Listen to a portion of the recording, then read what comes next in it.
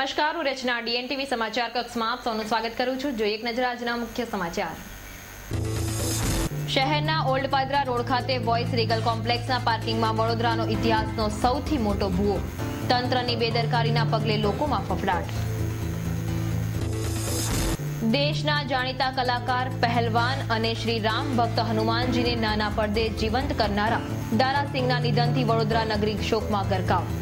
શહેરના વિવિધ અખાડા દ્વારા દારાસિંહને અપાયેલી શ્રદ્ધાંજલિ। ઉચ્ચ શિક્ષણ અને સંશોધક વિધેયક 2011ના વિરોધમાં આજે વકીલો કોર્ટ કાર્યવાહીથી અળગા રહ્યા। ન્યાય મંદિર બહાર ઘંટનાદ કરીને વિરોધ કર્યો વ્યક્ત। ડભોઈ તાલુકામાં પણ વકીલો દ્વારા મામલતદારને આવેદનપત્ર પાઠવવામાં આવ્યું। હવે જોઈએ સમાચાર વિગતવાર। શહેરના ઓલ્ડ પાદરા રોડ ઉપર વાઇસ રીગલ કોમ્પ્લેક્સ પાસે 50 ફૂટ પહોળા અને 40 ફૂટ ઊંડો વિશાળ ભૂવો પડતા લોકોમાં ફફડાટ વ્યાપી જવા પામ્યો છે।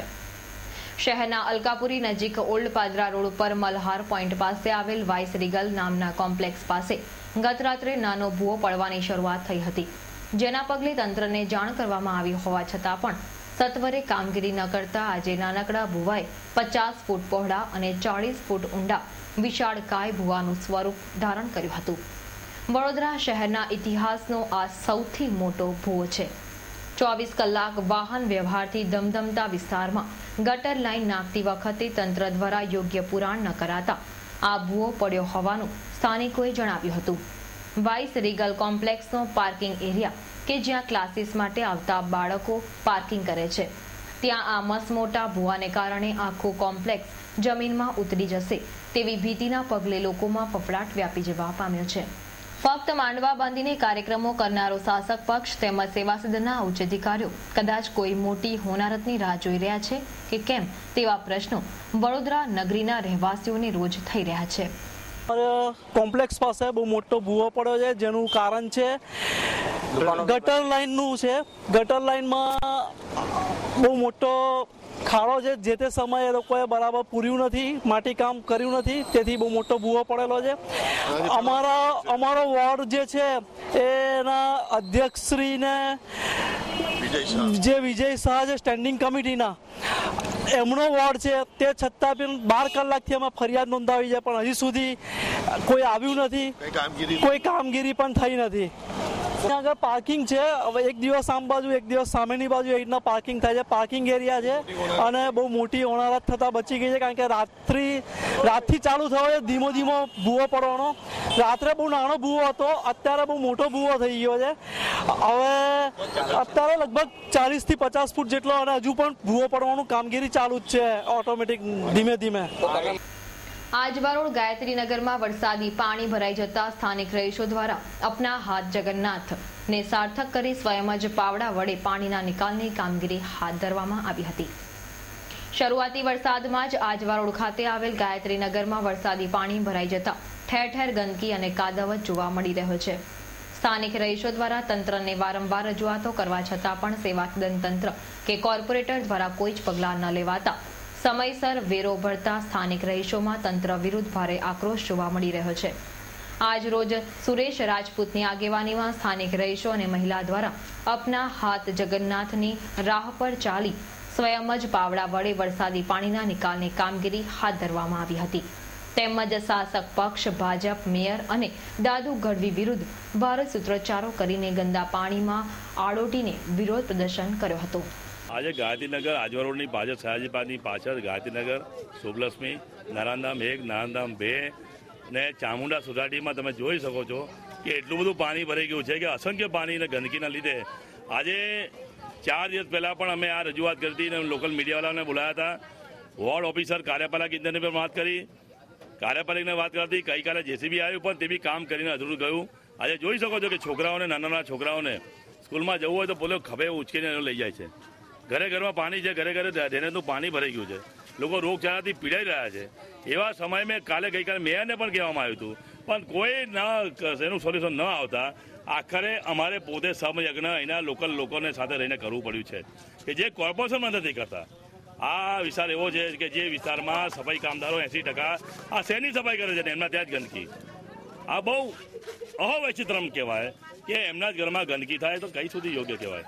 આજે ના છૂટકે અમારે જાતે અમને એ લોકોએ ફરજ પડી. મેં જાતે અહીંયા આવ્યો હતો, મારે જાતે જ મેં કહ્યું ચાલો હું પણ પાવડો લઈને તમારી સાથે કામ કરું છું. અને આજે આપણે જાતે જ સાફ કરવું પડશે. આ ઘોર નિદ્રામાં ઉતરેલા કોર્પોરેશનના સર્વેપટ કરતા તમારું નહીં સાંભળે, પણ આવનાર સમયમાં 2012ની ચૂંટણી આવે ત્યારે એમને સમય બતાવી દેજો. દેશના ખ્યાતનામ કલાકાર અને રામાયણમાં હનુમાનજીની યાદગાર ભૂમિકા કરનાર દારા સિંહનું નિધન થતા ફતેપુરાના વ્રજ સૃષ્ટિ અખાડા ખાતે સ્વર્ગસ્થ દારા સિંહને શ્રદ્ધાંજલિ આપવા શોક સભાનું આયોજન કરવામાં આવ્યું હતું. દેશમાં ખ્યાતનામ કલાકાર અને કલાકાર કરતા પણ વધારે લોકચાહિતા પહેલવાન તરીકે નામના મેળવનારા દારા સિંહની તબિયત લથડતા આજે ટૂંકી સારવાર બાદ તેમનું નિધન થયું હતું, જેના પગલે સમગ્ર ફિલ્મ ઇન્ડસ્ટ્રી અખાડા સહિત દેશભરમાં શોકનું મોજું ફેલાઈ જવા પામ્યું છે. દારા સિંઘે તેમના જીવનકાળ દરમિયાન અનેક ફિલ્મોમાં યાદગાર ભૂમિકાઓ ભજવી હતી, પરંતુ રામાયણ સિરિયલમાં હનુમાનજીની ભૂમિકાએ તેમને લોકપ્રિયતાના શિખર પર બેસાડ્યા હતા. હનુમાનજીના પાત્ર દ્વારા તેઓ ઘરે ઘરે નાના ભૂલકાથી લઈને વૃદ્ધોમાં પણ પ્રિય પાત્ર બની ગયા હતા. આજે પણ જ્યારે શ્રીરામ ભક્ત હનુમાનનું નામ લેવાય છે, ત્યારે હનુમાનજીના પાત્રને ટીવીના પડદા પર જીવંત કરનારા દારા સિંહનો જ ચહેરો નજર સમક્ષ ઉભરી આવે છે. આજરોજ દારા સિંહનું ટૂંકી સારવાર બાદ નિધન થતા શહેરના હાથીખાના રામાપીરની ચાલી ફતેપુરા ખાતે આવેલ વ્રજવૃષ્ટિ અખાડા ખાતે પહેલવાનો દ્વારા શ્રદ્ધાંજલિ આપવા શોક સભાનું આયોજન કરવામાં આવ્યું હતું. ડીએનટીવી પરિવારની સમગ્ર ટીમ ઉત્કૃષ્ટ કલાકાર, પહેલવાન અને હનુમાનજી તરીકે ખ્યાતનામ થનારા દારા સિંહને હૃદયપૂર્વક શ્રદ્ધાંજલિ અર્પે છે. શહેરના નિઝામપુરા વિસ્તારના કામધેનુ કોમ્પ્લેક્સના બંધ મકાનને નિશાન બનાવીને તસ્કરો 48,000ની મતાની ચોરી કરવામાં સફળ રહ્યા હતા. નિઝામપુરાની કામધેનુ સોસાયટીમાં રહેતા નામદેવ મોતીરાવ ધારવણી હાલમાં નિવૃત્ત જીવન ગુજારે છે. તારીખ 7ના રોજ તેઓ પરિવાર સાથે જેપી રોડ પર રહેતી પુત્રી સુનીતાના ઘરે ગયા હતા. વરસાદ હોવાથી તેઓ ત્યાં જ રોકાઈ ગયા હતા. દરમિયાન તસ્કરોએ ગ્રીલ કાઢીને તેમના ઘરમાંથી સોના ચાંદીના દાગીના સહિત 47,000ની મતાની ચોરી કરી હતી. વરસાદની મોસમમાં સુમસાન થતા માહોલમાં ખીલી ઉઠેલા તસ્કરોએ એક જ રાતમાં 3 સ્થળોએ હાથફેરો કરીને પોલીસની ઊંઘ હરામ કરી નાખી છે. કેન્દ્ર સરકાર દ્વારા દાખલ કરાયેલા ઉચ્ચ શિક્ષણ અને સંશોધક વિધેયક 2011ના વિરોધમાં વકીલો કોર્ટ કાર્યવાહીથી અળગા રહ્યા હતા, તેમજ ન્યાય મંદિર બહાર ઘંટનાદ કરીને વિરોધ વ્યક્ત કર્યો હતો.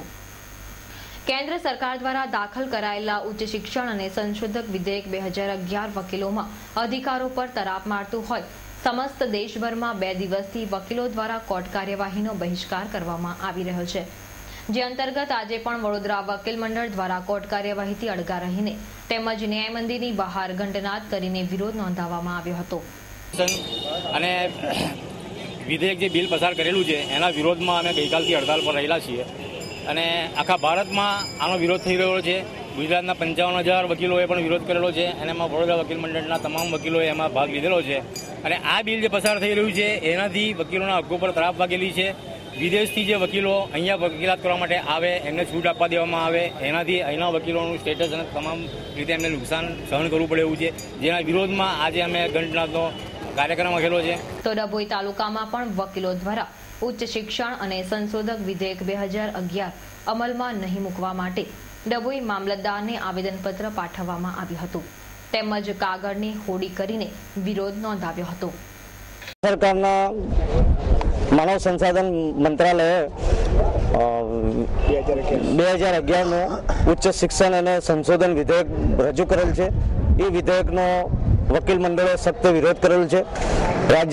ભારત સરકારના વકીલ પરિષદ વકીલ મંડળોની વકીલ પરિષદ, રાજ્ય સરકારના વકીલ મંડળો અને તાલુકા જિલ્લા કક્ષાના વકીલ મંડળોએ સખ્ત વિરોધ કરેલો છે.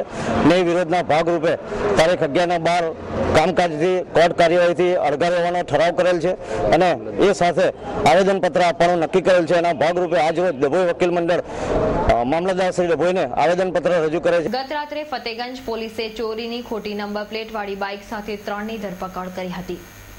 ગત રાત્રે બાતમીના આધારે ફતેગંજ પોલીસે નિઝામપુરા મારુતિ કોમ્પ્લેક્સ પાસે નિલેશ વાઘેલા, વિનય પરમાર, દિવ્યેશ ડાભી પાસેથી ખોટી નંબર પ્લેટવાળી CBZ બાઇક મળી આવી હતી. પોલીસે કડક તયથી પૂછતાછ કરતા TP13 ગોકુલ કોમ્પ્લેક્સ ગોત્રી પાસેથી ચોરી હોવાની કબૂલાત કરતા ત્રણેયની ફતેગંજ પોલીસે ધરપકડ કરી હતી તેમજ બાઇક જપ્ત કરીને કાયદેસરની કાર્યવાહી હાથ ધરી છે. આ હતા ત્યાર સુધીના સમાચાર. તાજા સમાચાર માટે આવતીકાલે આ સમયે ફરી મુલાકાત થશે. ત્યાં સુધી DN TVની સમગ્ર ટીમને રજા આપશો. નમસ્કાર.